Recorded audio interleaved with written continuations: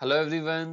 नमस्कार दोस्तों, आप सभी का वाईफाई स्टडी यूपीएससी और अनअकैडमी के इस प्लेटफॉर्म पर हार्दिक स्वागत। मैं हूं Abhishek Kumar Jain, faculty for UPSC civil services examination. During festive season Diwali की आप सभी लोगों को बहुत बहुत बधाई।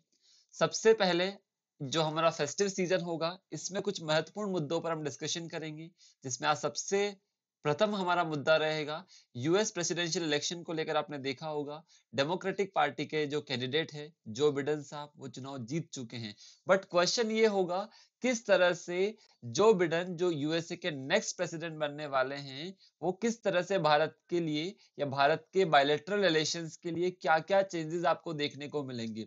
क्वेश्चन होगा क्लाइमेट चेंज की डील को लेकर क्या इंपैक्ट पड़ेगा। क्वेश्चन होगा ईरान को लेकर क्या इंपैक्ट होगा। क्वेश्चन होगा इंडो पैसिफिक को लेकर। क्वेश्चन होगा चाइना को लेकर। क्वेश्चन होगा वेस्ट एशिया को लेकर। क्वेश्चन होगा अफगानिस्तान को लेकर। तो इस वीडियो के अंदर होलिस्टिकली हर एक एंगल को कवर करूंगा।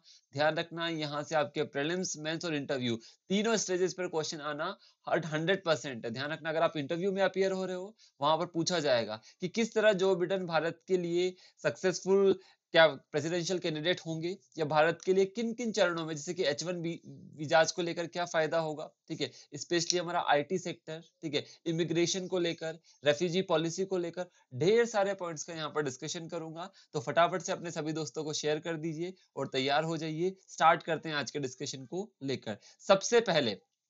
सबसे पहले अनअकैडमी प्लस के सब्सक्रिप्शन के बारे में ध्यान रखिएगा। अनअकैडमी प्लस के सब्सक्रिप्शन के माध्यम से आपको मिलेगा अनलिमिटेड लाइव क्लासेस का एक्सेस। आपको मिलेगा टेस्ट सीरीज और क्विजेस के माध्यम से समय समय पर अपनी प्रिपरेशन को एनालाइज करने का मौका। आपको मिलेगा भारत के टॉप एजुकेटर्स के साथ डायरेक्टली इंटरेक्ट करने का, अपने डाउट्स को क्रिस्टल क्लियर करने का। तो this is very very important. फटाफट से सब लोग अनअकैडमी प्लस का सब्सक्रिप्शन लीजिए। मेरे भी 2 कोर्सेज अभी अनअकैडमी प्लस पर अवेलेबल है। One is the geography mapping series जो अभी चल रहा है, और एनवायरमेंट वाला जो कोर्स है वो ऑलरेडी कंप्लीट हो चुका है। अब नए नए कोर्सेज आने वाले हैं तो आप उसका फायदा यहाँ पर उठा सकते हैं। ओके, सो इसके लिए आपको करना क्या होगा, सबसे पहले अनअकैडमी लर्निंग ऐप को आपके फोन में इंस्टॉल करना होगा। उसके बाद आपको प्लस कोर्स सेलेक्ट करना होगा। प्लस कोर्स सेलेक्ट करने के बाद आपकी कैटेगरी क्या होगी, आपकी कैटेगरी होगी यूपीएससी सीएसई। इस पर जैसे ही क्लिक करोगे फिर आपको जाना है गेट सब्सक्रिप्शन पर। वहां पर आपको मल्टीपल ऑप्शंस अवेलेबल होंगे, 1 मंथ, 3 मंथ, 6 मंथ, 12 मंथ और 24 मंथ। इनका जो लेटेस्ट पैकेज है आपको यहाँ पर विजिबल होगा, ठीक है। 12 मंथ का आप देख सकते हो 49,500 एंड 24 मंथ का 72,000। यहाँ पर सबसे इंपॉर्टेंट चीज होगी, आप जब यूज करोगे मेरा रेफरल कोड AKJ10 तो आपको यहाँ पर मिलेगा 10% का डिस्काउंट। और उसके साथ साथ थ्रू आउट योर प्रिपरेशन मेरी मेंटरशिप आप लोगों को अवेलेबल रहेगी, ठीक है। तो आप सब लोग फटाफट से अपने सभी दोस्तों को शेयर कीजिए। AKJ10 का code maximum to maximum student को करना है ताकि आपको यहाँ से बेनिफिट मिल सके। तो आइए चलते हैं, स्टार्ट करते हैं। तो बेसिकली स्टार्ट करूंगा आज के एडिशन के अंदर, मैं आपको सारा होलिस्टिक डिस्कशन दूंगा हर एक न्यूज़पेपर से, चाहे द इंडियन एक्सप्रेस हो, चाहे द हिंदू हो, चाहे PIB हो। हर एक ऑथेंटिक न्यूज आपको यहाँ पर मिलेगी। आपको ये पता है जो बिडेन साहब बेसिकली अमेरिका के नेक्स्ट प्रेसिडेंट के रूप में जनवरी 2021 के अंदर शपथ लेने वाले हैं। बट क्वेश्चन उठता है कि भारत के लिए किस तरह से इनका राष्ट्रपति बनना फायदेमंद होगा। स्पेशली हम बात करेंगे इंडो यूएसए बायलैटरल रिलेशंस को लेकर। इंडो यूएसए बायलैटरल रिलेशंस को लेकर आज आपको ढेर सारे पॉइंट्स बताने वाला हूं। सब लोगों को अपने आंसर्स में वो पॉइंट लिखने हैं। मैं आपको यहाँ पर लिखवाऊंगा, सबके पास पेन और कॉपी होनी चाहिए, ठीक है। साथ में बेसिकली आप सब लोगों को अलग अलग पॉइंट्स लिखने हैं, जैसे कि H1B वीजास पर मैं आपको बताऊंगा, ठीक है। मैं आपको बताऊंगा कि इस तरह ईरान के रेस्पेक्ट में, अफगानिस्तान के रेस्पेक्ट में, चाइना के रेस्पेक्ट में आपको मल्टीपल डायमेंशन अपने आंसर्स के अंदर कवर करनी है। इंडिया की बात कर रहा हूं तो सिर्फ इंडिया के रेफरेंस में नहीं, आप देखोगे इंडिया से डायरेक्टली ईरान भी कनेक्टेड है, अफगानिस्तान भी कनेक्टेड है। कैसे कनेक्टेड है, इंडिया की एनर्जी सिक्योरिटी के लिए अफगानिस्तान भी जरूरी है, ईरान भी जरूरी है। आपको पता है ईरान से अपन third largest crude oil import करते थे। तो बहुत सारे डायमेंशन अपन यहाँ पर कवर करेंगे। सबसे पहले थोड़ा सा यहाँ पर जनरल आइडिया पढ़ते हैं। सबसे पहले आप देखोगे Joe Biden pledges to unite America. सबसे पहले आपने देखोगे इतने सारे डिविजन्स आपको देखने को मिलेंगे। तो सबसे पहली चीज उन्होंने बोली है कि किस तरह से अमेरिका को यूनाइट यहाँ पर किया जाए। तो आप यहाँ पर देखोगे कुछ इंपॉर्टेंट चीजें अपन बात करते हैं, ध्यान रखना। कुछ और महत्वपूर्ण चीजें जैसे कि भारत के रेस्पेक्ट में जम्मू एंड कश्मीर के मुद्दे मुद्दे को लेकर जो बाइडेन का क्या रुख रहेगा, ठीक है। जो आपका सिटीजनशिप अमेंडमेंट एक्ट था सीएए, उसको लेकर इनका क्या रुख रहेगा, मतलब उनके क्या विचार है, ठीक है। क्योंकि आप देखोगे बहुत सारी चीजें हैं इमिग्रेशन पॉलिसी को लेकर, रेफ्यूजी पॉलिसी को लेकर। सबसे इंपॉर्टेंट आप देखोगे इमिग्रेशन रिफॉर्म, ठीक है। आपका जो इमिग्रेशन रिफॉर्म है, आप देखोगे Joe Biden is likely to work towards providing a roadmap to American citizenship for nearly 11 million undocumented immigrants. लगभग 11 मिलियन जो अनडॉक्यूमेंटेड है इमिग्रेंट्स है, उनको बेसिकली अमेरिकन सिटीजनशिप देने जा रहे हैं। उसमें लगभग 5 लाख कहां से हैं, इंडिया से हैं। He also plans to increase the number of high skilled visas, जो H1B वीजाज थे जिन पर रेस्ट्रिक्शंस लगाई गई थी, उनको वापस से इंक्रीज करने जा रहे हैं। तो भारत की सर्विस सेक्टर, भारत की आईटी इंडस्ट्री के लिए काफी बड़ा बूम वापस से आने वाला है। तो दैट इज काफी ऐसे चीजें हैं जो भारत के रेस्पेक्ट में पॉजिटिव होगी, लेकिन साथ में ये भी देखनी है क्या क्या चीजें भारत के रेस्पेक्ट में नेगेटिव यहाँ पर हो सकती है, ठीक है। तो अपन स्टार्ट करते हैं वन बाय वन। सबसे पहले यस, हमारा टाइटल रहेगा, ये द हिंदू का आर्टिकल था इंडिया एंड बाइडेन, ठीक है। यहीं पर साथ में मैं कुछ पॉइंट्स भी आपको लिखूंगा कि basically India and Biden, India and Biden को लेकर मैं बात करूंगा कि क्या क्या बेसिकली भारत के लिए होने वाला। ध्यान रखना आपके आंसर राइटिंग के पर्सपेक्टिव से ये बहुत इंपॉर्टेंट डिस्कशन है, सब लोगों को पूरे ध्यान से सुनना है। तो देखो, सबसे कुछ पॉइंट्स यहाँ पर साथ में लिखूंगा। सबसे पहला पॉइंट आपको पता होना चाहिए था, यहीं पर शुरुआत की गई है। क्योंकि देखो, दो मैं आपको कंपेयर करूंगा। सबसे पहले आपको अपने पास्ट से कंपेयर करना होगा, मतलब डोनाल्ड ट्रंप एडमिनिस्ट्रेशन से कंपेयर करना होगा। आपको पता है हमारे प्रधानमंत्री जी और बेसिकली यूएसए के जो फॉर्मर प्रेसिडेंट थे, अभी तो फॉर्मर नहीं बोलूंगा, जब तक शपथ नहीं लेते, तो यूएसए के जो प्रेसिडेंट है डोनाल्ड ट्रंप साहब, उनकी केमिस्ट्री काफी अच्छी थी। चाहे आपने हाउस्टन के अंदर देखा हो, अहमदाबाद के अंदर देखा हो, काफी अच्छी केमिस्ट्री देखने को मिली डोनाल्ड ट्रंप और नरेंद्र मोदी जी के बीच में। और आप देखोगे जस्ट इलेक्शन से पहले यूएसए भारत के साथ एक ऐसा एग्रीमेंट जिसको अपन बोलते हैं बेसिक एक्सचेंज कोऑपरेशन एग्रीमेंट, जो इतने सालों से ड्यू था, जस्ट इलेक्शन से पहले ये एग्रीमेंट भारत के साथ साइन होता है। जस्ट इलेक्शन से पहले आपकी जो क्वाड्रिलेटरल सिक्योरिटी डायलॉग है, जो इंडो पैसिफिक के लिए काफी महत्वपूर्ण है, उसके अलावा जस्ट इलेक्शन से पहले आपको मालाबार एक्सरसाइज देखने को मिलेगी। काफी इंपॉर्टेंट स्टेप्स आपको देखने को मिलेंगे, जहां पर हम बात कर रहे थे कि इंडो यूएसए की जो डिफेंस कॉपरेशन है वो लगातार डीपर होती जा रही है, लगातार गहरी होती जा रही है। ध्यान से सुनिएगा, ये तो मैं किसके बारे में बात कर रहा हूँ। एक और इंपॉर्टेंट चीज 2+2 डायलॉग, जहां पर ये सारी चीजें डिस्कस हुई थी, जहां पर बेका एग्रीमेंट आपका साइन हुआ था। 2+2 डायलॉग लगातार अपना काफी इंपॉर्टेंट रहा है इंडो यूएसए को लेकर। 2016 से 2+2 डायलॉग स्टार्ट हुआ था। 2+2 डायलॉग का मतलब भारत की दो मिनिस्ट्रीज यहाँ पर पार्टिसिपेट करती है। एक तो भारत का विदेश मंत्रालय और भारत का कौन सा मंत्रालय, रक्षा मंत्रालय। वहीं पर बेसिकली यूएसए के भी दो सेक्रेटरी ऑफ स्टेट, एक तो आपके सेक्रेटरी ऑफ स्टेट होते हैं और आपके डिफेंस सेक्रेटरी होते हैं, वो यहाँ पर पार्टिसिपेट करते हैं। तो this is very very important, ठीक है। तो आप देखोगे इंडिया और यूएसए की जो बायलैटरल रिलेशंस थी during the time of Donald Trump, हम काफी नजदीक आ रहे थे, ठीक है। इंडिया यूएसए का काफी करीबी पार्टनर बन चुका था, चाहे डिफेंस को लेकर हो, चाहे अदर सेक्टर्स को लेकर हो। कुछ चीजें थी जहां पर भारत का मतभेद जरूर था, जैसे कि आप देखोगे H1B वीजास को लेकर भारत का मतभेद था, GSP generalize system of preferences को लेकर भारत का मतभेद था, क्लाइमेट एग्रीमेंट को लेकर भारत का मतभेद था, क्योंकि यहाँ से यूएसए ने अपने आप को अलग कर लिया था, ठीक है। उसके अलावा तो काफी सारे ऐसे मुद्दे भी थे जहां पर भारत यूएसए से मतभेद में था, लेकिन फिर भी केमिस्ट्री काफी अच्छी थी दोनों लीडर्स के बीच में, जो आपको देखने को मिली होगी। ये सारी चीजें आपके आंसर्स में दिखनी चाहिए, क्लियरली रिफ्लेक्ट होनी चाहिए। और आप देखोगे द हिंदू के अंदर इस आर्टिकल के फर्स्ट पैराग्राफ के अंदर यही डिस्कस किया गया है। जो मैंने आपको सारी चीजें बोली वही आपको यहाँ पर देखने को मिलेगी। अब बात करते हैं कि जो बाइडेन के आने से किन किन चीजों में गति आएगी। तो सबसे पहले इन्होंने यहाँ पर बोला है क्लाइमेट अकॉर्ड। सबसे पहला वर्ड यहाँ पर यूज किया इन्होंने, क्लाइमेट अकॉर्ड। क्लाइमेट अकॉर्ड मतलब आपका जलवायु समझौता। आपको पता है भी, आपको थोड़े दिन पहले मैंने पढ़ाया भी था कि यूएसए फॉर्मली क्लाइमेट जो एग्रीमेंट था आपका पेरिस क्लाइमेट एग्रीमेंट, उससे फॉर्मली बाहर हो चुका है, ठीक है। जो 2015 में साइन हुआ था, जिसको अभी आज 5 साल कंप्लीट हो चुके हैं, तो यूएसए पूरी तरह से उससे बाहर हो चुका था। लेकिन आप देखोगे ये जो क्लाइमेट अकॉर्ड साइन हुआ था किसके टाइम पर हुआ था? बराक ओबामा के टाइम पर 2015 में साइन हुआ था। और बराक ओबामा किस पार्टी से थे? डेमोक्रेटिक पार्टी से। और जो बाइडेन भी हमेशा पक्षधर रहे हैं जलवायु समझौते के। तो पहली इंपॉर्टेंट चीज होगी कि यूएसए वापस जलवायु समझौता साइन कर सकता है, और जलवायु समझौता साइन करने से भारत को फायदा होगा, क्योंकि बेसिकली यूएसए सबसे बड़ा मेजर पार्टनर था जो फंडिंग करेगा डेवलपिंग कंट्रीज को या विकासशील देशों को। तो भारत को भी यहाँ से फंडिंग मिलना स्टार्ट होगी, और भारत के जो क्लाइमेट एग्रीमेंट के जो टारगेट्स है उनको पूरा करने में और भी मजबूती देखने को मिलेगी, और भी सोलिडेरिटी देखने को मिलेगी। तो पहली चीज आपको समझाना है कि क्लाइमेट अकॉर्ड या जलवायु समझौते के रेस्पेक्ट में ये भारत के लिए काफी महत्वपूर्ण है, पहली चीज। दूसरी चीज यहां पर बताऊंगा मैं, एनर्जी सिक्योरिटी को लेकर ध्यान रखना है, पॉइंट ध्यान रखना। पॉइंट काफी इंपॉर्टेंट बता रहा हूं, एनर्जी सिक्योरिटी जिसको अपन बोलते हैं ऊर्जा सुरक्षा।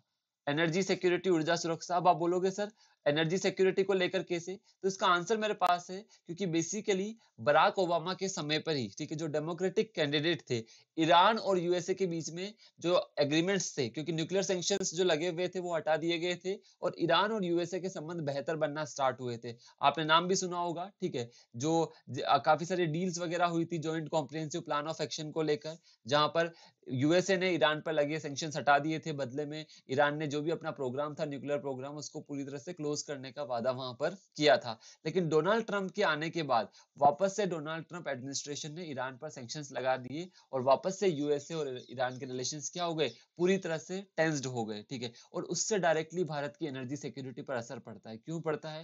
मैंने आपको बताया कि बेसिकली ईरान भारत का काफी अच्छा पार्टनर है, और ईरान से भारत तीसरा नंबर का सबसे ज्यादा क्रूड ऑयल इंपोर्ट करता था। तो बेसिकली अब आप देखोगे सैंक्शंस लगने के बाद इंपोर्ट और एक्सपोर्ट में काफी ज्यादा उतार चढ़ाव आपको देखने को मिलते हैं, क्योंकि बेसिकली डॉलर में आप ट्रेड नहीं कर सकते। तो बेसिकली अगर वापस से, क्योंकि जो बाइडेन ने वादा किया था कि बेसिकली ईरान पर वापस सैंक्शंस हटाएंगे और ईरान यूएसए के रिलेशंस को वापस से बेहतर बनाएंगे, तो ये भारत की ऊर्जा सुरक्षा के लिए काफी बेहतरीन प्रयास होगा, और जो भारत को एनर्जी सिक्योरिटी दिलाएगा। तो that is very very important. Second point सबको समझ में आया? तो यही लिखा हुआ है, देखो यहां पर भी यही लिखा हुआ है, for India this include the US return to the Paris climate accord. पहला पेरिस क्लाइमेट अकॉर्ड, ठीक है, यहाँ पे वर्ड भी आप लिख सकते हो, पेरिस जलवायु समझौता या पेरिस क्लाइमेट अकॉर्ड, ये नाम भी आप लिख लीजिए यहाँ पर, पेरिस जलवायु समझौता, ठीक है। सेकंड चीज आप देखोगे return to Iran nuclear negotiation, Iran का जो न्यूक्लियर नेगोशिएशन है वो वापस से स्टार्ट हो जाएगा। इससे हमारी, ध्यान रखना, इससे एक और इनडायरेक्टली फर्क पड़ेगा, हमारी रीजनल कनेक्टिविटी बढ़ेगी, ठीक है, क्योंकि आपको पता है ईरान का जो चाहबार पोर्ट है उसमें भारत का काफी हैवी इन्वेस्टमेंट है। आपने नाम भी सुना होगा, चाहबार जो पोर्ट है ईरान का, ठीक है, उसमें भारत का काफी हैवी इन्वेस्टमेंट था। तो बेसिकली रीजनल कनेक्टिविटी के लिए भी भारत के लिए काफी अच्छा होगा, जहां पर वो पाकिस्तान को बाईपास कर पाएगा। तो देखो उसके अलावा, ठीक है, तो 3 पॉइंट आपको समझ में आया सब लोगों को। फर्स्ट पेरिस क्लाइमेट अकॉर्ड, सब लोग लिख लेंगे इसको, Paris climate accord. Second one is the energy security, and third one is the regional connectivity, ठीक है। चाहबार पोर्ट का आप यहाँ पर एग्जांपल दे सकते हैं, ठीक है। नेक्स्ट वन, पॉइंट 4 आपको यहाँ पर दिखाऊंगा, ठीक है। पॉइंट 4 की अपन बात करते हैं कि और किन किन एरियाज के अंदर बेसिकली आपको ये सारी चीजें देखने को मिलेगी। अब आप यहाँ पर देखोगे ईरान का सैंक्शन हो गया। अब यहाँ पर आप देखोगे अफगान स्टेबिलिटी के लिए, ध्यान रखना, अफगान स्टेबिलिटी मतलब अफगानिस्तान की स्टेबिलिटी के लिए, क्योंकि जितना ज्यादा अफगानिस्तान स्टेबल होगा उतना भारत के लिए फायदेमंद होगा। जैसे आपको मैंने बताया था कि कई सारे ऐसे प्रोजेक्ट है जैसे कि तापी गैस पाइपलाइन, ये किसकी वजह से पूरे नहीं हो पाते? पाकिस्तान और अफगानिस्तान का जो बॉर्डर एरियाज है वहां पर इतने सारे टेरर आउटफुट्स सक्रिय है, जिसकी वजह से ये जो गैस पाइपलाइन है वो पूरी ऑपरेशनल हो ही नहीं पाती। टी का मतलब आप देखोगे तुर्कमेनिस्तान, ठीक है, ए का मतलब आप देखोगे अफगानिस्तान, ठीक है, पी का मतलब आप देखोगे पाकिस्तान, और आई का मतलब आप देखोगे इंडिया, ठीक है। ये क्या है? हमारी तापी गैस पाइपलाइन है, ठीक है, और आपको पता है India is moving towards the gas based economy, तो भारत के लिए काफी इंपॉर्टेंट है गैस पाइपलाइन वगैरह। तो अफगानिस्तान का स्टेबल होना काफी ज्यादा जरूरी है। अभी बीच में डोनाल्ड ट्रंप ने क्या किया था, अफगानिस्तान से बेसिकली अपनी फोर्सेस को हटा लिया था, ठीक है। तो बेसिकली जो बाइडेन वापस क्या कर सकते हैं, इस ऑर्डर को रिवर्स कर सकते हैं, और वापस से अफगानिस्तान की स्टेबिलिटी के लिए प्रयास कर सकते हैं। तो आप देखोगे यहाँ पर आप देख सकते हो, he is unlikely to reverse the Afghan pull out and instead might make it more measured exit. ध्यान रखना, तो यहाँ पर और भी अच्छे चीजें की जा सकती है। एंड फिफ्थ वन इज आप देखोगे यहाँ पर चाइना वाला पर्सपेक्टिव। समझ आ रहा है सब लोगों को कैसे पेरिस क्लाइमेट अकॉर्ड को लेकर महत्वपूर्ण है, एनर्जी सिक्योरिटी को लेकर, स्पेशली ईरान वाले पार्ट को लेकर, रीजनल कनेक्टिविटी ईरान के छाबार पोर्ट को लेकर, अफगानिस्तान की स्टेबिलिटी तापी गैस पाइपलाइन को लेकर, एंड फिफ्थ पॉइंट यहाँ पर बता रहा हूँ मैं चाइना फैक्टर को लेकर। फिफ्थ पॉइंट है चाइना फैक्टर, क्योंकि बेसिकली जो बाइडन है वो भी चाइना के काफी विरोधी रहे हैं, चाइना की पॉलिसीज को लेकर, ठीक है। तो काफी सारी चीजें आपको देखने को मिलेगी, ठीक है। तो चाइना फैक्टर को लेकर क्या पॉलिसीज जो बाइडन की होती है वो भी भारत के लिए एक अहम कदम होगी, ठीक है। किस प्रकार से वो चाइना को टैकल करते हैं वो भारत के लिए काफी इंपॉर्टेंट होगा, क्योंकि अभी आप देखोगे जिस तरह से चाइना को काउंटर कर रहे थे हम डिफेंस सेक्टर में, चाहे क्वाड के माध्यम से हो, चाहे मलाबार एक्सरसाइज के माध्यम से हो, चाहे इंडो पैसिफिक विजन के माध्यम से हो, अब देखना होगा कि जो बाइडन किस तरह से चाइना के खिलाफ अपना रुख लेते हैं। लेकिन चाइना के खिलाफ वो हमेशा से वोकल रहे हैं, ठीक है। चाइना को हमेशा वो अपोज करते रहे हैं वहां की पॉलिसीज को लेकर एंड ऑल, ठीक है। तो देखते हैं अब वो आगे क्या एफर्ट्स यहाँ पर लेकर आते हैं, ठीक है। उसके बाद नेक्स्ट पॉइंट आप देखोगे H1B वीजाज इश्यू, ठीक है। ये इंपॉर्टेंट है आपका H1B वीजाज इश्यूज को लेकर, क्योंकि बेसिकली डोनाल्ड ट्रंप एडमिनिस्ट्रेशन ने H1B वीजा को लेकर काफी ज्यादा लिमिट कर दी थी। ये हमारा जो स्पेशली आईटी सेक्टर है या हमारा सर्विस सेक्टर है, जो हाई स्किल्ड जॉब्स आपको देखने को मिलेगी, जहां पर आपने देखा होगा आपके जो आईटी वगैरह के फ्रेंड्स होते हैं वो बेसिकली कुछ टाइम के लिए, कुछ 1 साल के लिए, कुछ 2 साल के लिए यूएसए के अंदर जाकर सर्व करते हैं और उसके बाद वापस इंडिया आ जाते हैं। तो H1B वीजाज को मिलने में काफी ज्यादा दिक्कतें आने लगी थी, उनकी लिमिट। फॉर एग्जांपल होता क्या है, हर कंट्री फिक्स लिमिट रखती है कि इस साल हम इतने H1B वीजा देंगे, फॉर एग्जांपल 50,000। तो डोनाल्ड ट्रंप ने क्या कर दिया, उसको घटा के 20,000 कर दिया, फीस बढ़ा दी H1B वीजाज की, जो उसके रेगुलेशंस थे या उसके नॉर्म्स थे उनको और स्ट्रिक्ट कर दिया, ताकि H1B वीजा मिलना काफी डिफिकल्ट टास्क हो गया था। तो हमारे आईटी सेक्टर के अंदर काफी इफेक्ट इसको देखने को मिला था। बट बेसिकली जो बाइडन के आने के बाद से H1B वीजास एंड इमिग्रेशन को लेकर स्पेशली जो आपकी वो देखोगे कि किसको बेसिकली आपकी सिटीजनशिप मिलनी है, उसको लेकर भी काफी ज्यादा एफर्ट जो बाइडन के द्वारा किए जाने हैं। मैंने आपको बताया लगभग 11 मिलियन लोगों को वो अमेरिकन सिटीजनशिप देने वाले हैं, उसमें कम से कम 5 लाख भारतीय होंगे।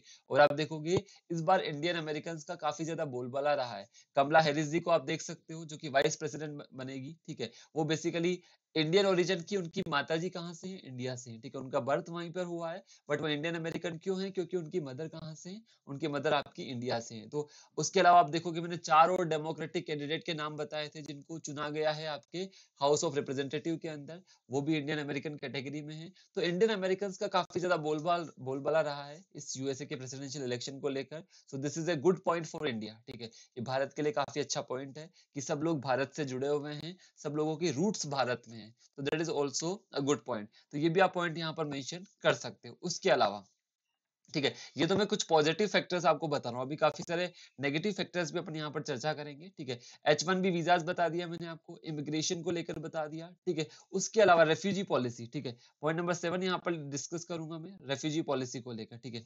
पॉइंट नंबर 7 यहाँ पर लिख रहा हूँ मैं आप लोगों के लिए, रेफ्यूजी पॉलिसी को लेकर, ठीक है। रेफ्यूजी पॉलिसी को लेकर किस प्रकार से बेसिकली टैकल करते हैं जो बाइडन साहब, वो भी काफी इंपॉर्टेंट पॉइंट होगा रेफ्यूजीज को लेकर। रेफ्यूजीज मतलब आपके जो शरणार्थी है उनके लिए क्या पॉलिसी वो लेकर आते हैं। This is also a very good point. आप देखोगे भारत में भी रोहिंग्याज वगैरह हुए जो बेसिकली म्यांमार से भागकर बांग्लादेश और नॉर्थ ईस्ट इंडिया के अंदर आ जाते हैं। तो भारत की भी कोई रेफ्यूजी पॉलिसी नहीं है, भारत के पास भी कोई शरणार्थी पॉलिसी नहीं है, तो उसको लेकर भी एक अच्छा कदम यहाँ पर हो सकता है, ठीक है। उसके बाद यस, ये तो मैंने आपको कुछ पॉजिटिव पॉइंट्स बताए, ठीक है। इसके अलावा भी कुछ पॉइंट्स आपको और दिखा देता हूँ मैं यहाँ पर, ठीक है। क्लाइमेट चेंज का मैंने आपको बताया, इसको अपन और भी अभी डिस्कस करेंगे डीपली, ठीक है। H1B वीजाज को लेकर मैंने आपको बताया, बाइडन में रिलैक्स कर्व्स ऑन H1B, जो बेस्ट वीजाज को वो क्या कर सकते हैं, जो इनको काफी ज्यादा रेस्ट्रिक्शंस लगाई गई थी उनकी रेस्ट्रिक्शंस को ईज कर सकते हैं। तो that is also a very good point for us, ठीक है। तो रुको, अब अपन कुछ और चीजें यहाँ पर अपन देख लेते हैं साथ में। पॉइंट नंबर 6 हो गया आपका, पॉइंट नंबर 7 हो गया। यहाँ पर मैं आपको बताता हूँ कि कुछ और जो इंपॉर्टेंट मुद्दे हो सकते हैं, इंपॉर्टेंट इश्यूज हो सकते हैं जिन पर बेसिकली क्या रुख होगा जो बाइडन का। जैसे कि सबसे पहले आपका होगा JNK वाला इश्यू, JNK वाला इश्यू होगा, स्पेशली आपका आर्टिकल 370 को लेकर, ये जो हमने रिमूवल किया आर्टिकल 317 आर्टिकल 35A को लेकर, ठीक है, उसको लेकर अपन यहाँ पर बात कर सकते हैं, ठीक है, स्पेशली जब हमने JNK और लद्दाख को यूनियन टेरिटरी क्रिएट किया और आज पाकिस्तान क्या कर रहा है, गिलगिट बल्टिस्तान को एक नया प्रोविंशियल स्टेटस देने जा रहा है। तो आपका जो गिलगिट बल्टिस्तान वाला रीजन है, जो कि बेसिकली भारत उसको अपना क्लेम करता है, क्योंकि वो अभी पाकिस्तान ऑक्यूपाइड कश्मीर के अंदर है, बट भारत पूरे के पूरे कश्मीर को अपना क्लेम करता है, वो हमारा ही है, क्योंकि बेसिकली जब इंस्ट्रूमेंट ऑफ एक्सेशन साइन हुआ था 1947 में, तब जम्मू एंड कश्मीर के महाराजा हरी सिंह ने वो पूरा का पूरा भारत को सौंपा था, ठीक है। तो आप देखोगे गिलगिट बल्टिस्तान वाला जो पार्ट है, ठीक है, जिसको पाकिस्तान फुल प्रोविंस बनाने जा रहा है, जहां से सीपेक गुजरता है या चाइना पाकिस्तान इकोनॉमिक कॉरिडोर गुजरता है, तो इन सब मुद्दों को लेकर क्या रुख होगा जो बाइडेन साहब का, वो भी काफी इंपॉर्टेंट होगा भारत के लिए, ठीक है। उसके अलावा JNK इश्यू को ध्यान रखिएगा सब लोग, काफी इंपॉर्टेंट इश्यू है आपका JNK को लेकर, हाँ यस। उसके अलावा आपका जो बेसिकली GSP है, जनरलाइज सिस्टम ऑफ प्रेफरेंसेस है, ठीक है, इसका भी एक छोटा सा वीडियो बनाऊंगा आपको GSP को लेकर, तो आप इजीली समझ पाएंगे। उसके अलावा हमारा TPP, दोनों को एक साथ कवर करेंगे, ट्रांस पैसिफिक पार्टनरशिप और GSP को लेकर, क्योंकि आप देखोगे डोनाल्ड ट्रंप TPP से भी एग्जिट हो गया था, भारत से उसने GSP स्टेटस भी हटा दिया था। तो generalize system of preferences, trans Pacific partnership, क्योंकि भारत भी बेसिकली किससे बाहर हो चुका है, RCEP से, क्योंकि भारत ने भी RCEP को साइन करने से मना कर दिया है। कभी बोला जाता था कि RCEP को TPP को काउंटर करने के लिए बनाया गया है, ठीक है, बट भारत अभी RCEP से बाहर हो चुका है, ठीक है, भारत ने RCEP पर साइन नहीं किया है। तो यहाँ पर अपन एक और मुद्दा डिस्कस कर सकते हैं कि TPP वर्सेज RCEP, क्योंकि डोनाल्ड ट्रंप भी TPP से बाहर हो गया था, अब वापस देखते हैं कि इसको वापस इनिशिएट किया जाएगा या वापस इसको वहीं पर छोड़ दिया जाएगा। तो इस पर भी देखना होगा कि क्या रुख होगा आपका जो बाइडेन साहब का। उसके अलावा, ठीक है, यहाँ पर एक और चीज देखोगे, पॉइंट नंबर 8 में पॉजिटिव पॉइंट बता रहा हूँ, भारत का जो डिफेंस सेक्टर है, ठीक है, डिफेंस सेक्टर को लेकर जो चारों के चारों फाउंडेशनल एग्रीमेंट हमारे साइन हो चुके हैं, चाहे हमारा जिस्मोइया हो, ठीक है, जो बेसिकली काफी पहले 1992 के आसपास साइन हो चुका, उसके अलावा हमारा लिमोआ हो जो हमने 2016 के अंदर साइन किया था, उसके अलावा हमारा कॉमकासा हो जो हमने 2018 के अंदर साइन किया था, ठीक है, उसके अलावा हमारा बेका हो जो भी लेटेस्ट हमने 2020 में साइन किया है। इनको लेकर जो बाइडेन साहब का क्या रुख होगा, किस तरह से वो इसको आगे प्रोसीड करेंगे। And the next most important point होगा आपको इंडो पैसिफिक को लेकर, जो हमारा क्वाड है, जो हमारा मालाबार है, उसको किस प्रकार से वो यहाँ पर हैंडल करेंगे, किस प्रकार से उनकी पॉलिसी रहेगी, स्पेशली आपके एशिया प्रशांत क्षेत्रों को लेकर। तो ये भी काफी इंपॉर्टेंट पॉइंट आप लोगों के लिए रहने वाला है। इसमें आप एग्जांपल दे सकते हो आपका क्वाड का, मालाबार एक्सरसाइज का जो भी आपकी चल रही है, फर्स्ट फेज उसका हो चुका है, ठीक है, क्वाड का, मालाबार का, ठीक है, उसके अलावा आपका 2+2 डायलॉग का, ठीक है, ये सारे के सारे इंपॉर्टेंट पॉइंट आपको यहाँ पर देखने को मिलेंगे। तो ये सब कीवर्ड आपके आंसर में होने चाहिए। सब लोगों को समझ आ रहा है? एक बार कमेंट करके बताएंगे। ये सारे के सारे कीवर्ड्स मुझे आपके आंसर्स में चाहिए। जितने ज्यादा कीवर्ड्स आपके आंसर के अंदर होंगे उतना आपका आंसर और भी ज्यादा बेहतर बनेगा। ध्यान रखना, जितने ज्यादा इश्यूज आप दिखाओगे कि पर्टिकुलर इस इश्यू में भारत के लिए क्या होगा। अब बायलैटरल रिलेशंस की बात कर रहा हूं तो इकोनॉमिक्स फैक्टर भी आएगा, पॉलिटिकल फैक्टर भी आएगा, डिफेंस भी आएगा, साइंस भी आएगा, स्पेस भी आएगा, एवरीथिंग आपको यहाँ पर कवर होगी। रिफ्यूजी पॉलिसी हो गई, इमिग्रेशन हो गई, H1B वीजास हो गया, JNK इश्यू हो गया, गिलगिट बल्टिस्तान हो गया, TPP हो गया, GSP हो गया, ये सारे के सारे इश्यूज आने ही आने हैं। ठीक है, तो समझ आ रहा है सब लोगों को? एक बार कमेंट करके बताते रहेंगे, ठीक है। आज तो हमारी रिकॉर्डेड क्लास है, बट आप नीचे कमेंट करके बताएंगे, अपना फीडबैक जरूर देंगे जब ये वीडियो अपलोड हो जाएगा, कि आपको फीडबैक देना है कि आपको कैसा ये वीडियो लगा। ठीक है, तो this is very very important आप लोगों के लिए। ठीक है, और जो भी आपको यहाँ पर अगर कोई पॉइंट आपको दिमाग में होता है कि सर ये पॉइंट भी हम लिख सकते हैं, डेफिनेटली आप मुझे कमेंट करके बताएंगे, उसका भी रिप्लाई किया जाएगा कि हाँ इस पॉइंट को एड ऑन किया जा सकता है या नहीं। ठीक है, तो यहाँ पर और भी अपन चीजों की डिस्कस करते हैं। यस, इसमें एक और पॉइंट आप लिख सकते हो CAA को लेकर, ठीक है, JNK इशू और आपका CAA। ठीक है, फोर्थ पॉइंट यहाँ पर दे देता हूँ, सिटीजनशिप अमेंडमेंट एक्ट। ठीक है, CAA को लेकर बेसिकली जो बाइडेन का क्या रुख रहेगा, किस तरह से वो सिटीजनशिप को यहाँ पर टैकल करने वाले हैं, वो भी काफी इंपॉर्टेंट होगा। ट्रांस पैसिफिक पार्टनरशिप के बारे में मैंने आपको बता दी, ट्रांस पैसिफिक अलायंस के बारे में। ठीक है, GSP के बारे में मैंने आपको बताया। यस, एक और इंपॉर्टेंट चीज होगा, जो आपके डोनाल्ड ट्रंप साहब है वो किसको प्रमोट करते हैं, मल्टीलेटरलिज्म को। ठीक है, पॉइंट नंबर 8 हो चुका हमारा। पॉइंट नंबर 9 यहाँ पर लिख रहा हूं मैं आप लोगों के लिए। पॉइंट नंबर 9 होगा आपका मल्टीलेटरलिज्म। मल्टीलेटरलिज्म का मतलब बहुपक्षीय संबंधों के पक्षधर है। किसके पक्षधर है, बहुपक्षीय संबंधों के, मल्टीलेटरलिज्म। ठीक है, या बेसिकली बहुपक्षीय संबंधों के पक्षधर है, जहां पर बेसिकली अलग अलग कंट्री से उसकी बेसिकली हर कंट्री की अलग अलग स्पेशलिटी होती है, तो उसके अकॉर्डिंग बेसिकली अपन उससे क्या डील कर सकते हैं, उसको लेकर वो क्या विचार देते हैं। क्योंकि वर्ड हमारा कैसा है, अभी मल्टीपोलर वर्ड है, ध्यान रखना वर्ड हमारा कैसा है, अभी हमारा मल्टीपोलर वर्ड है। तो बहुपक्षीय संबंधों को लेकर किस प्रकार से वो बात करते हैं, तो this is also a very good point. उसी के साथ आप देखोगे जैसे ही वो प्रेसिडेंट बनने वाले हैं, जो ईरान के प्रेसिडेंट साहब है हसन रूहानी, उनका भी यहाँ पर बयान आ चुका है। आप देखोगे next US government must make up for past mistake Iran. Iran ने बेसिकली बोला है कि बाइडेन को वापस से न्यूक्लियर डील पर लौटना होगा, ईरान पर लगे जो सैंक्शन है उनको हटाना होगा और वापस से ईरान और यूएसए के रिलेशंस को अच्छा बनाना होगा। तो ईरान के प्रेसिडेंट हसन रूहानी साहब ने सबसे पहले तो बधाई दी है, ठीक है, यूएसए के प्रेसिडेंट जो बाइडेन साहब को, और बोला है कि ये जो विक्ट्री है, स्पेशली जो फ्यूचर है, ठीक है, स्पेशली ईरान और अमेरिका का जो फ्यूचर है उसके लिए काफी बेहतर रहेगी। तो आप देखोगे यूएस प्रेसिडेंट डोनाल्ड ट्रंप साहब ने जो बेसिकली जो सैंक्शंस लगा दिए थे ईरान पर, 2018 से सैंक्शन लगे हुए हैं, ठीक है, जो बेसिकली हमारा एग्रीमेंट हुआ था उसको उन्होंने हटा दिया था। तो वापस से बेसिकली जो बाइडेन किस तरह से इसको यहाँ पर करते हैं, this is also very important, क्योंकि 2015 में न्यूक्लियर डील साइन हुई थी, जिसके लिए एक वर्ड यहाँ पर यूज किया गया था, ठीक है, आई थिंक यहाँ पर नहीं लिखा हुआ है, बट वो joint comprehensive plan of action था, ठीक है, जेसीपीओए एक वर्ड यूज किया जाता है, JCPOA joint comprehensive plan of action, ठीक है, जेसीपीओए डील साइन हुई थी, जहां पर बेसिकली ईरान और कुछ और कंट्रीज थी वहां पर, जहां पर हमने डिस्कशन किया था, जर्मनी था, ईयू था, ठीक है। तो उसको भी आप एक बार डील को रीड कर सकते हो, ठीक है, जो बराक ओबामा के टाइम पर साइन हुई थी। तो अब देखते हैं वापस से क्या फ्यूचर रहेगा ईरान यूएसए रिलेशंस को लेकर।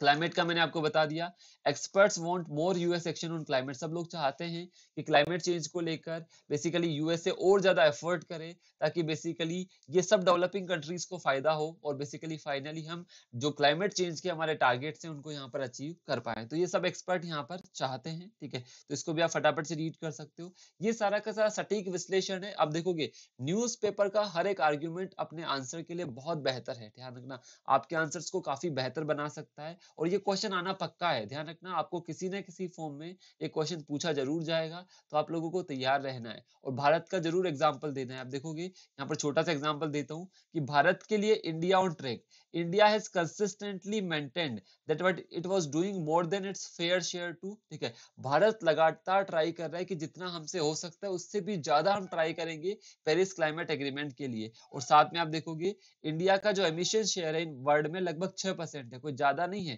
India's emission share in the world is only 6%. India is taking care of nature and doing well. We have increased our tree cover. हमने हमारा ट्री कवर बढ़ाया, हमारे व्हीकल्स को हम BS6 जो भारत स्टैंडर्ड 6 स्टैंडर्ड है वहां तक हम ले जा चुके हैं। आपने वर्ड सुना होगा BS भारत स्टेज, ठीक है, सब लोगों ने वर्ड सुना होगा भारत स्टेज। तो पहले हम BS4 पर गए थे, अभी हम BS6 पर जा चुके हैं। तो इंडिया मूव कर रहा है अपने आप को ताकि एमिशन कम करे, ताकि हम जो व्हीकुलर पोल्यूशन होता है, NO2 निकलता है, SO2 निकलता है, उसको हम रिड्यूस कर सके, उसको हम खत्म कर सके। तो आप देखोगे ट्री कवर हमने बढ़ा दिया, व्हीकल को हम BS6 स्टैंडर्ड पर ले गए, ठीक है, हमने एमिशंस घटा दिए, लैंड रिस्टोरेशन के लिए लगातार भारत प्लान बना रहा है। तो भारत काफी ज्यादा यहाँ पर प्रयास कर रहा है, ठीक है। तो किस प्रकार से भारत के प्रयासों को यूएसए के साथ मिलकर और मजबूती मिलेगी, this is also very important thing, ठीक है। और आप देखोगे एक और चीज, at present India is the only G20 country वुच Paris place for 2030 place it on 2 degree Celsius pathway. Bharat काफी बेहतर एफर्ट कर रहा है, ऐसा बेसिकली भारत की तरफ से काफी बार यहाँ पर बोला जा चुका है, ठीक है। यहाँ तक सबको क्लियर होना चाहिए, ठीक है, आई थिंक सबको समझ आ रहा है। नेक्स्ट न्यूज आप लोगों के सामने, जो कमला हैरिस है, जो कि बेसिकली जिनकी माताजी इंडियन ओरिजिन से हैं और इंडियन अमेरिकन हैं, वो यूएस वाइस प्रेसिडेंट जो बनेगी उसके बाद भारत के लिए और अच्छी चीजें हो सकती है, ठीक है। तो आप देख सकते हो Kamala Harris with her mother Shyamala Gopalan and aunty सरला गोपालन इन 2005, ठीक है। तो 2005 की एक तस्वीर है जो द हिंदू के अंदर आई थी, ठीक है। तो ये काफी इंपॉर्टेंट चीजें हैं यहाँ पर, ठीक है। मैंने H1B वीजास के बारे में आप बता दिया, लगभग 5 लाख इंडियंस को इस साल बेसिकली अमेरिकन सिटीजनशिप मिलने वाली है। तो this is very very important. तो बाइडेन और कमला का जो कॉम्बिनेशन होगा किस तरह से भारत के लिए काफी सारे एवेन्यूज या काफी सारा पोटेंशियल लेकर आएगा, this is very very beneficial. तो आप देखो एक कार्टून की सहायता से ये भी दिखाया गया है, व्हाइट हाउस का फोटो, इसमें एक व्यंग किया गया है कि it is not about who is coming, but about who is living, ठीक है, हम उसके बारे में चर्चा नहीं कर रहे कि कौन आ रहा है, चर्चा कर रहे हैं कि कौन जा रहा है, क्योंकि आप देखोगे डोनाल्ड ट्रंप की जो पॉलिसीज रही है काफी अनसर्टेन, काफी अनप्रेडिक्टेबल पॉलिसी रही है। उनके पूरे के पूरे जो 4 इयर्स रहे हैं, किसी भी कंट्री को आप लेकर ले लीजिए तो काफी कंट्रोवर्शियल आपको देखने को मिलेंगे। दैट्स वाई यहाँ पर एक व्यंग्य किया गया है कि कौन आ रहा है उसकी इतनी चर्चा नहीं है, बट कौन जा रहा है उसकी इतनी चर्चा है। That is very important point, तो इस टाइप से बोला गया है। एक सबसे इंपॉर्टेंट पॉइंट आपको देखने को मिलेगा, कुछ एक्सपर्ट्स के द्वारा एनालाइज किया गया कि जो आपका यूएसए प्रेसिडेंशियल इलेक्शन था वो आज कोविड 19 से काफी ज्यादा अफेक्टेड रहा, और डोनाल्ड ट्रंप साहब ने बेसिकली कोविड 19 को काफी इजी में लिया। काफी सारे डेथ्स वहां पर हुई, लॉकडाउन काफी बाद में किए गए, उन्होंने काफी इसको इजी गोइंग के अंदर लिया, तो इससे बेसिकली काफी नुकसान उनको उठाना पड़ा, स्पेशली इलेक्शंस के अंदर इतने सारे लोगों की वहां पर डेथ हुई। ठीक है, तो आप देखोगे कोविड 19 को यूएसए इतने अच्छे से हैंडल नहीं कर पाया जितने अच्छे से वो कर सकता था, तो इसको लेकर भी यहाँ पर एक आर्गुमेंट दिया गया डोनाल्ड ट्रंप साहब को लेकर कि वायरस वर्सेस इकोनॉमी को लेकर क्या असर रहा। ठीक है, तो उसके बाद ठीक है, ये आर्टिकल मैंने आपको बता दिया कि US vote is about building back better. ठीक है, ये एक आर्टिकल था कि किस प्रकार से बाइडेन हैरिस की जो पूरी की पूरी टीम होगी वापस से अमेरिका को यूनाइट करेगी, क्या क्या चेंजेस देखने वाले हैं पॉलिसीज को लेकर। ठीक है, तो that is very important thing. ठीक है, तो आज मैंने आपको पूरा का पूरा डिस्कशन किया है। ठीक है, और साथ में ध्यान रखना, चाहे ईरान को लेकर हो, ये काफी इंपॉर्टेंट पॉइंट है, चाहे चाइना को लेकर हो, और वेनेजुएला। आप देखोगे वेनेजुएला जो साउथ अमेरिकन कंट्री है उसके डोनाल्ड ट्रंप के समय पर बेकार रिलेशन हो चुके थे, काफी ज्यादा डाउन टर्न हो चुका था रिलेशंस के अंदर। वेनेजुएला ने कॉन्ग्रेचुलेट किया है बाइडेन और हैरिस को, और वो तैयार है डायलॉग के लिए, ताकि वापस से यूनाइटेड स्टेट्स ऑफ अमेरिका और वेनेजुएला की बॉन्डिंग को स्ट्रेंथन किया जा सके। तो काफी सारे चेंजेस आपको पूरे के पूरे ग्लोबल वर्ल्ड ऑर्डर में देखने को मिलेंगे आफ्टर बाइडेन एंड हैरिस जो जनवरी 2021 के अंदर शपथ लेंगी। तो आई थिंक मैंने आपको सारे के सारे एंगल्स डिस्कस किए हैं जो आपको समझ में आने चाहिए। ठीक है, तो आज के लिए अपन इतना ही रखेंगे। ठीक है, और सब लोग बेसिकली चैनल को लाइक करेंगे, शेयर करेंगे, सब्सक्राइब करेंगे, और सबसे इंपॉर्टेंट चीज, you have to use my referral code AKJ10। किसके लिए? अनअकैडमी प्लस के सब्सक्रिप्शन के लिए। भूलना नहीं है, अपने सभी दोस्तों को शेयर करना है। 10% का डिस्काउंट रहेगा, मेरी मेंटरशिप आप लोगों को अवेलेबल रहेगी, तो सब लोग इसके लिए ट्राई कीजिएगा। So thank you very much to all of you. Like कीजिए, शेयर कीजिए, सब्सक्राइब कीजिए। Thank you guys.